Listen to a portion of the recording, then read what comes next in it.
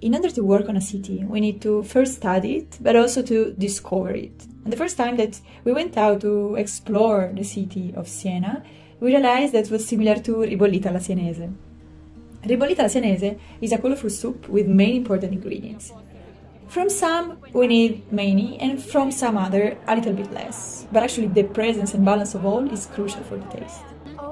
This dish has been prepared for centuries, that's why it's really linked to the tradition, and also of high importance for the locals. The name comes from to boil, and for it to reach the peak flavor, it must be boiled multiple times. So, in our houses, Siena is like this soup. Siena is the Ribollita alla Sienese. Let's try to understand more why.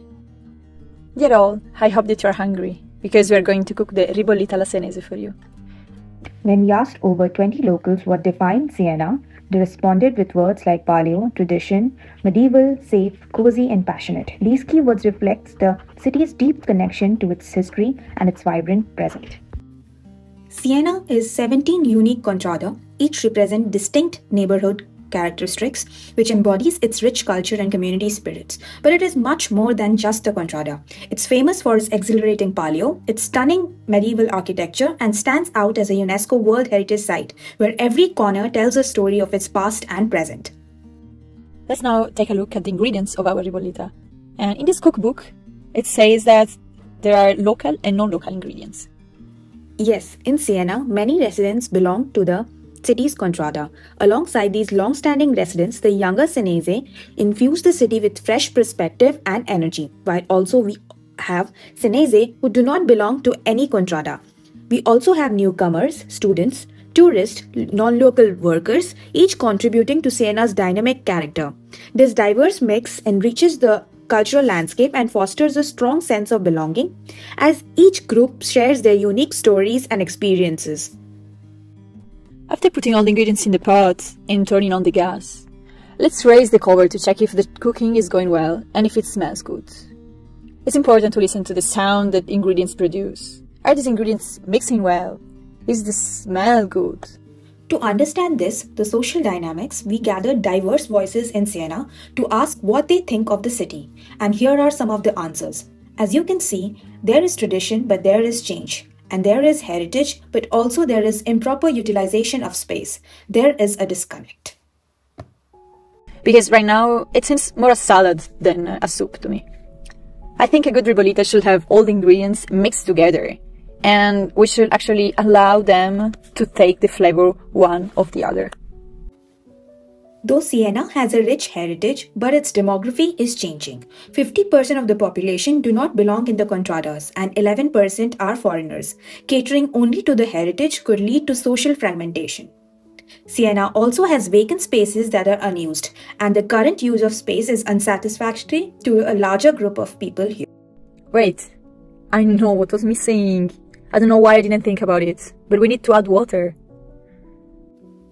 So what does water represent? Could creating spaces for social interaction be the water that helps blend Siena's diverse population together? Our goal is to bring together the rich diversity of Siena's residents. This cohesion emerges when the city's community begins to see itself as a shared entity, a unified whole rather than isolated groups. At the heart of this proposal is a delicate balance between embracing diversity, ensuring Siena remains a place where everyone comes together, and preserving Siena's tangible and intangible heritage remains the soul of the city, while adapting to the evolving demography and social needs. And now, let's put the first round of water. To strengthen this social cohesion in Siena, we propose creating a multifunctional community space that integrates green elements and is open to all citizens, both native and non-native. This space will encourage interaction and build stronger community bonds. Looking around Siena, we notice several unused buildings with greater potential to be transformed into vibrant multi-use space, similar to successful projects like Dumbo in Bologna and ruined bars in Budapest. Our proposal is for the municipality to identify these buildings and involve the local community in designing these spaces with a sustainable and eco-friendly approach.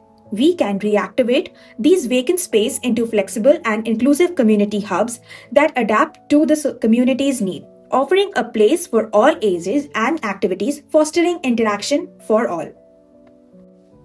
What we have found is some vacant spaces within the city, and we chose a specific one to show our idea.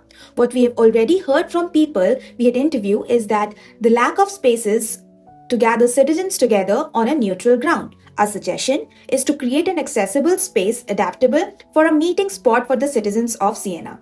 The place should be a background for various activities like daycare, cooking or art workshops, yoga classes, and so on. In the evening, it could be a place for public events. What is important that the place should be adaptable and accessible for all, in order to make the citizens the host of the venue. Thanks to that, Siena can turn these vacant spaces into functional and dynamic places that serve the unique context of the city all around the year.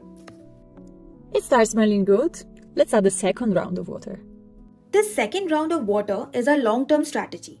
It aims to increase cohesion between the Contrada culture and the tourist through immersive tourism. How do we do it? First, we listed down events in Siena to ensure it doesn't clash with any other major activities. This led us to identify March and November, the quieter months with fewer tourists, as opportunities to pilot our initiative. During these months, tourists would stay in the contradas hosted by members selected through a Palio winner lottery. The hosting contrada would open their doors to the outsiders, offering the tourist a rare glimpse into the contrada life. This approach creates a bridge between the residents and the visitors. Tourists experience Siena's tradition authentically, while locals share their culture in a controlled and respectful way. Beyond fostering cultural understanding, this initiative also drives off-season tourism, generating additional income for the community. By leveraging Siena's unique heritage, we can strengthen local identity and create sustainable immersive tourism experiences. By integrating shared multifunctional spaces within and across the Contrada, Siena has the potential to move beyond the community fragmentation. Siena's historic building and spaces, repurposed for cultural events, innovation hubs, and green public area, can bring generations together in ways that honor its tradition while generating new avenues for exchange and collaboration, while keeping it socially acceptable and financially feasible. This balance of heritage and modernity allows Siena to preserve its identity while embracing new social and economic dynamics. Now that we are starting cooking the ribollita, how do we keep it boiling? Can Siena continue to evolve and welcome new ingredients while still preserving the rich flavor of its heritage? But the real question is, are you ready to steer the pot and embrace the changes that will shape Siena's future?